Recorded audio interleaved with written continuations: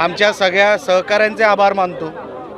पदाधिकारी कार्यकर्ते सगळ्यांचे मनापासून आभार मानतो। हा खरा तर त्यांचा विजय आहे। अनेक वर्षांपासून जे मतदारसंघ आमच्याकडे नव्हते ते वळवण्यामध्ये पण आम्हाला यश आलेलं आहे।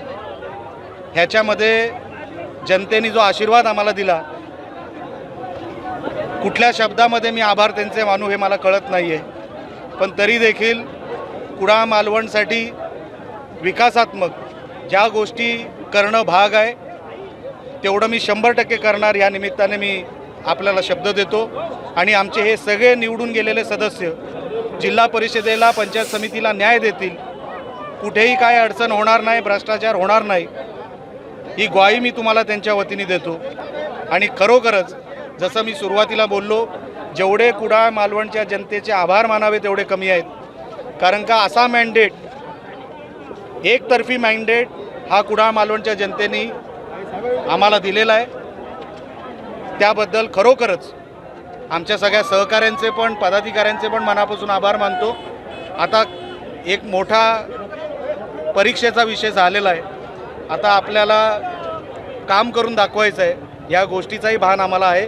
उद्यापासून तेही काम सुरू होईल, कुठेही आता हे काम थांबणार नाही आणि सिंधुदुर्ग जिल्ह्याच्या विकासासाठी जी काय संकल्पना आम्ही घेऊन मैदानात उतरलेलो आहे ती 100% पूर्ण करण्यासाठी आमचे हे सगळे सदस्य काम करतील। साहेब, अनेक वर्ष नारायणराणेंच्या अधिपत्याखाली ही जिल्हा परिषद राहिली, याही वेळेला मोठा विजय होताना आपल्याला पाहायला मिळतोय, काय सांगता? आम्ही निवडणुकीलाच तुम्हाला सांगत होतो की हा विजय एकतर्फी होईल, कारण का विरोधकांनी मैदान सोडलं होतं, त्यांना जनतेला देण्यासाठी काही नव्हतं आणि म्हणून जनतेला कळलं कोणाबरोबर राहिलं तर इकडे विकासाचा विषय पूर्ण होईल, म्हणून आशीर्वाद आम्हाला दिले जनतेने। त्याबद्दल मी अगोदरच त्यांचे आभार मानलेले आहेत। विरोधक ह्या निवडणुकीला दिसला नाही, त्यांनी हत्यार टाकले, शस्त्र टाकले, कुठेच मैदानात नव्हते, अधूनमधून फक्त मीडियाच्या माध्यमातून टीका करण्याच्या पलीकडे त्यांच्याकडे काही नव्हतं।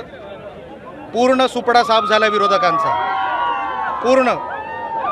ह्याच्यावरूनच त्यांना आता त्यांचं राजकारण बदलावं लागेल।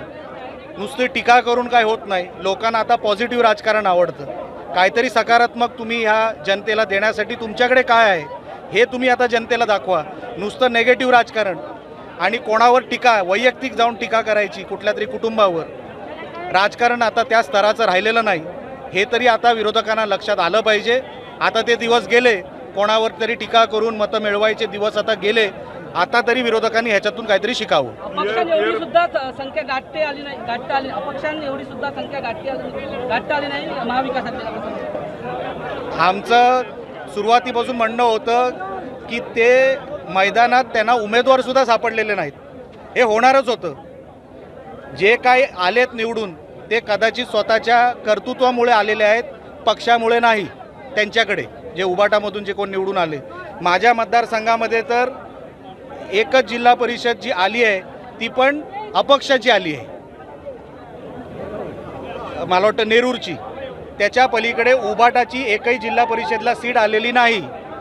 मालवणची आता शेवटच्या 2 सीटांवरची काउंटिंग सुरू आहे, पण आम्ही फार पुढे आहोत तिकडे, पण तिकडेही कुठे उबाटा नाही। म्हणजे कुडाळ मालवणमधून कुडाळ आपल्या उबाटाला तशी बघायला गेली तर मशालीवर एकही जिल्हा परिषद काढता आली नाही।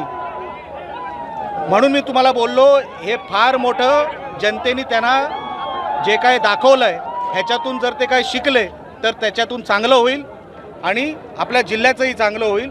पण मी तुम्हाला अजून सांगतो, सुपडा तर साफ होणार होता, कारण का त्यांच्याकडे साधे उमेदवार देखील नव्हते।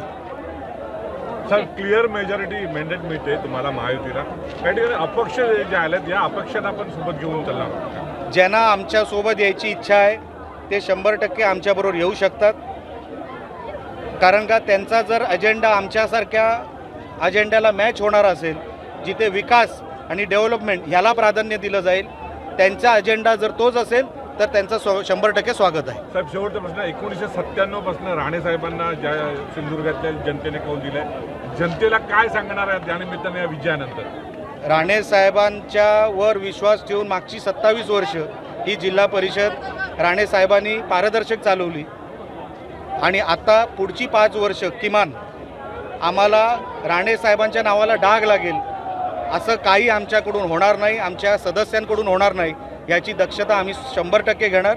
आणि कुठेही डाग लागेल एक ती बाजू असं होणार नाही. आणि दुसऱ्या बाजूला महाराष्ट्रामध्ये सिंधुदुर्गाची जिल्हा परिषद ही 1 नंबरवर ठेवण्यासाठी वाटेल ते करू, पण सिंधुदुर्गाला आणि सिंधुदुर्गाच्या जिल्हा परिषदेला 1 नंबरवर ठेवण्याचा 100% प्रयत्न करू. थँक्यू.